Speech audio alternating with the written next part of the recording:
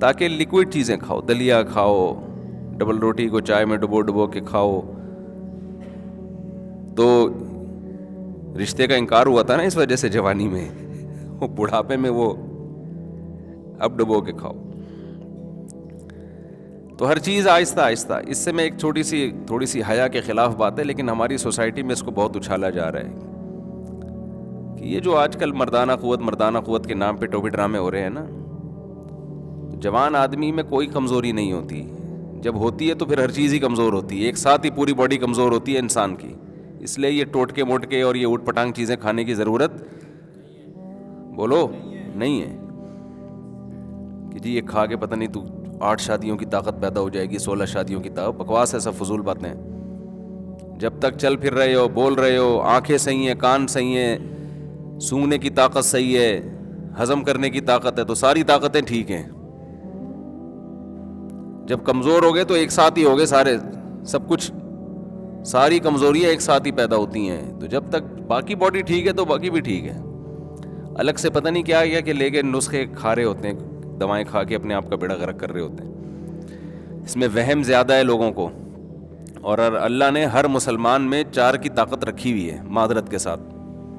اس کے لیے کوئی بہت زیادہ ایکسٹرا کوئی صحت کی ضرورت نہیں ہے. مرد کو اللہ نے عورت سے زیادہ پاورفل بنایا اس معاملے میں. تو مرد ہی کیا ہے جس میں پاور عورت ہی کے برابر ہو. ایک عورت کے لیے ایک مرد کافی ہے, تو ایک مرد کے لیے بھی ایک عورت کافی ہے. تو دونوں میں کوئی فرق ہوا پھر؟ تو آدمی کس بات کا ہے بھائی تو؟ باقی کریں نہ کریں وہ آپ کا ہیڈیک ہے, وہ میں الگ ٹاپک ہے. وہ تو میں پہ سوسائٹی کی جو ضرورت ہے, معاشرے کی ضرورت ہے, بیوہ طلاق یافتہ, وہ تو میں اس پہ بات کرتا رہتا ہوں. لیکن یہ جو آج کل ہے نا کہ کمزوری, یہ ایسے نہیں ہے ایسے جیسے لوگوں نے سمجھ لیا ہے. سب صحت مند ہی ہیں. ہاں کوئی خدا نخواستہ کوئی شوگر کا مریض ہے, کوئی ایکسٹرا کوئی بیماری ہے اس میں, تو ایک الگ بات ہے. جب تک آپ نارمل ہیں تو سب کچھ نارمل ہے. اس کے لیے حکیموں کے پاس, جو جعلی حکیم ہوتے ہیں نا, ان کے پاس مت جایا کرو, وہ بیڑا غرق کر دیں گے.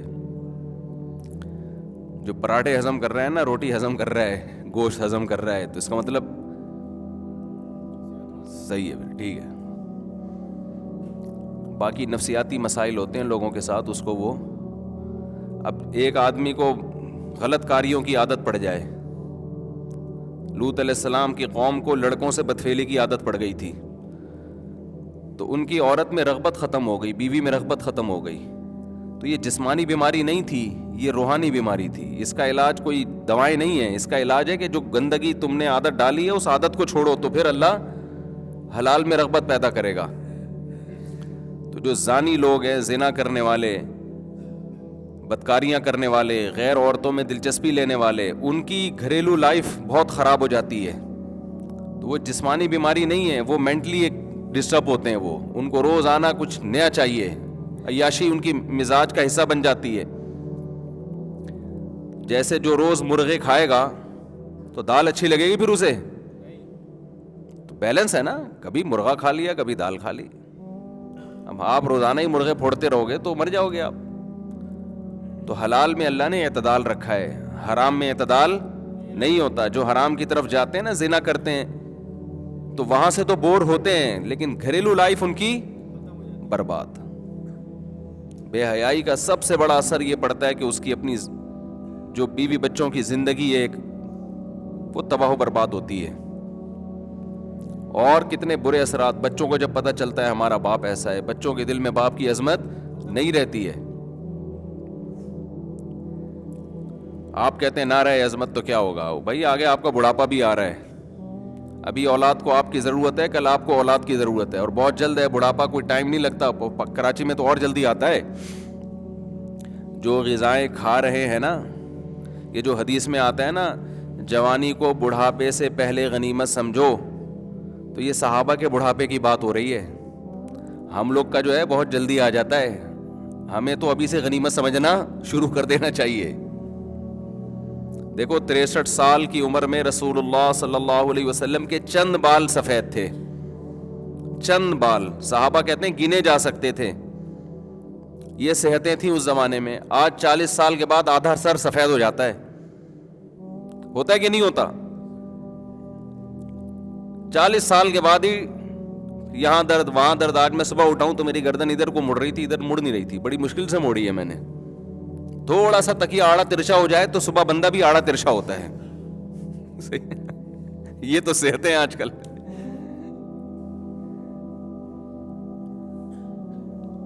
اکثر لوگ صبح اٹھے ہوئے ہوتے ہیں نا, یار ادھر پین ہو رہا ہے, ڈاکٹر کہتے ہیں بھائی تکیہ اونچا کر دیا تھا آپ نے. تو پہلے بھی لوگ آڑے ترچھے سوتے تھے, اینٹوں پہ سو جاتے تھے.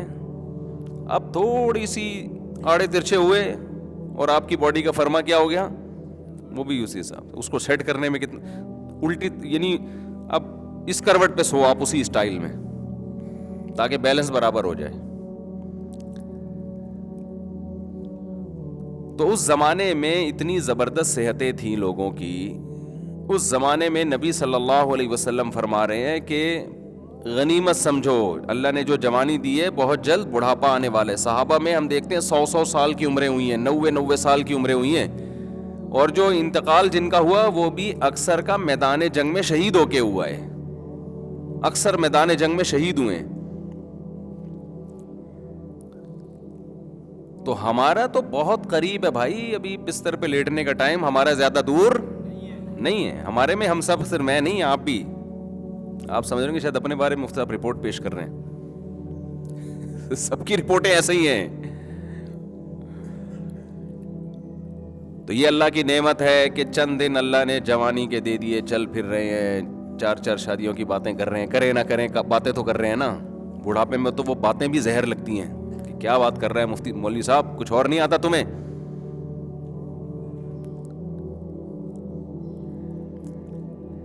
اور تیسری چیز نبی نے فرمایا فراغ کا قبل شغلق. جیسے جیسے آپ کی عمر بڑھے گی نا, آپ کی مشغولیت کم ہونے کے بجائے بڑھے گی. جتنا ویلا جوانی میں ہوتا ہے نا, پنجابی میں ویلا ہی کہتے ہیں نا, اتنا ویلا بڑھاپے میں نہیں ہوتا. مصروفیت بڑھتی ہے. لوگ ہمیں کہتے ہیں پہلے تو آپ بڑے آرام سے مل لیا کرتے تھے, آج کل شارٹ ہی رہتے ہیں مارکیٹ سے. بھائی پہلے مصروفیت کم تھی, اب کیا ہے, پرانے دوست ہیں نا. تو یہ تو انسان کی جیسے جیسے آگے جائے گا مصروفیت اور کام بڑھیں گے. آپ کو بہت سے لوگ نظر آئیں گے, ہاں بیماری میں مصروفیت ختم, وہ تو پھر بیماری کی فکر ہی ایک مصروفیت بن جاتی ہے کہ اس کو ٹھیک کیسے کروں میں. اور آپ نے فرمایا غنا کا قبل فقرق. آج اللہ نے جو مالی وسائل دیے ہیں, عین ممکن ہے کل یہ نہ رہیں آپ کے پاس.